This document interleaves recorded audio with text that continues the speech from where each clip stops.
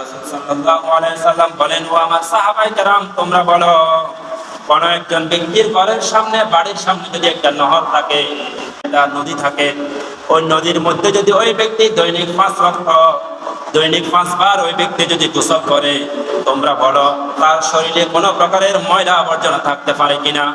সাহাবায়ে কেরাম বললেন, ক্বালু লা ইয়াবকি মিন দারনি শাইআ, ইয়া রাসূলুল্লাহ, যে ব্যক্তি ওই নদীর মধ্যে 5 বার গোসল করবে তার শরীরে কোনো প্রকারের আবর্জনা থাকতে পারে না, কোনো প্রকারের ময়লা আবর্জনা তার শরীরে থাকবে না। রাসূলুল্লাহ সাল্লাল্লাহু আলাইহি সাল্লাম বলেন, ফাযালিকা মাসালুস সালাওয়াতিল খামসু ইয়ামহুল্লাহু বিহাল খাতায়া। আল্লাহ রাসূল সাল্লাল্লাহু আলাইহি সাল্লাম বলেন, 5 ওয়াক্ত নামাজের উদাহরণ এই নদীটার উদাহরণ। যে ব্যক্তি 5 ওয়াক্ত নামাজ আদায় করবে সময় মতো, গুরুত্ব সহকারে, ওই ব্যক্তির কোনো গুনাহ থাকতে পারে না। সুবহানাল্লাহ বলেন।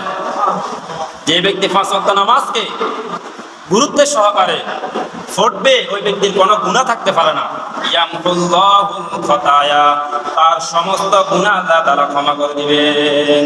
সুবহানাল্লাহ বলেন, আমরা কি গুনাহ মুক্ত থাকতে চাই না গুনাহ যুক্ত থাকতে চাই?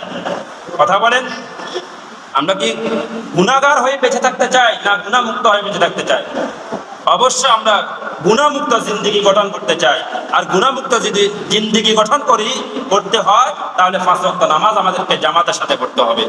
5 ওয়াক্ত নামাজ জামাতের সাথে পড়লে আল্লাহ তাআলা আমাদের গুনাহগুলোকে, সগীরা গুনাহ যতগুলো আছে সবগুলোকে কি করে দিবে? ক্ষমা করে দিবে।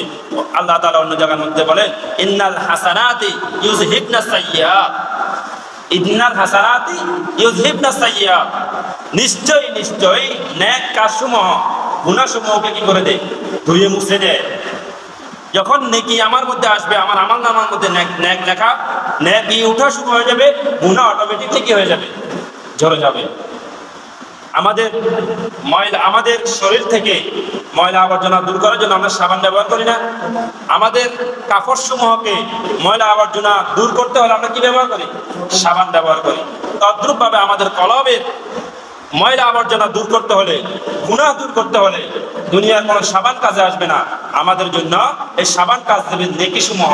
যত বেশি নেক আমল করব, তত বেশি আমাদের কলব থেকে কি হয়ে যাবে? গুনাহ দূর হয়ে যাবে। এই জন্য আর নেক আমলের মধ্যে সবচাইতে গুরুত্বপূর্ণ নেক আমল হলো কি? 5 ওয়াক্ত ফরজ নামাজ। এই 5 ওয়াক্ত ফরজ নামাজ যত বেশি পড়বো, আমার অন্তর ততটাই কি হয়ে যাবে? পরিষ্কার হয়ে যাবে। এই জন্য আমাকে আপনাকে 5 ওয়াক্ত নামাজের গুরুত্ব দিতে হবে। আমার আপনার সন্তানদেরকে, আমার আপনার স্ত্রীদেরকে, আমার আপনার মা বোনদেরকে, সকলকে, যারা যারা আমাদের অধীনস্থ রয়েছে, তাদের সকলকে নামাজ পড়ানোর দায়িত্ব আমার। তাদেরকে নামাজের জন্য বলার দায়িত্ব কার? আমার। এই জন্য আমাদেরকে খেয়াল করতে হবে, আমাদের থেকে কোনো প্রকারের জন্য অলসতা না আসে। নামাজের ব্যাপারে যাতে আমাদের কি না হয়? অলসতা না হয়। কারণ নামাজের মধ্যে যারা অলসতা করবে, হাদিসের ভাষ্য অনুযায়ী, কোরআনের আয়াত অনুযায়ী, ওই ব্যক্তি মুনাফিক। ওই ব্যক্তি কি? মুনাফিক। কথা বলেন, ওই ব্যক্তি কি? মুনাফিকরা নামাজের মধ্যে অলসতা করতো। যখন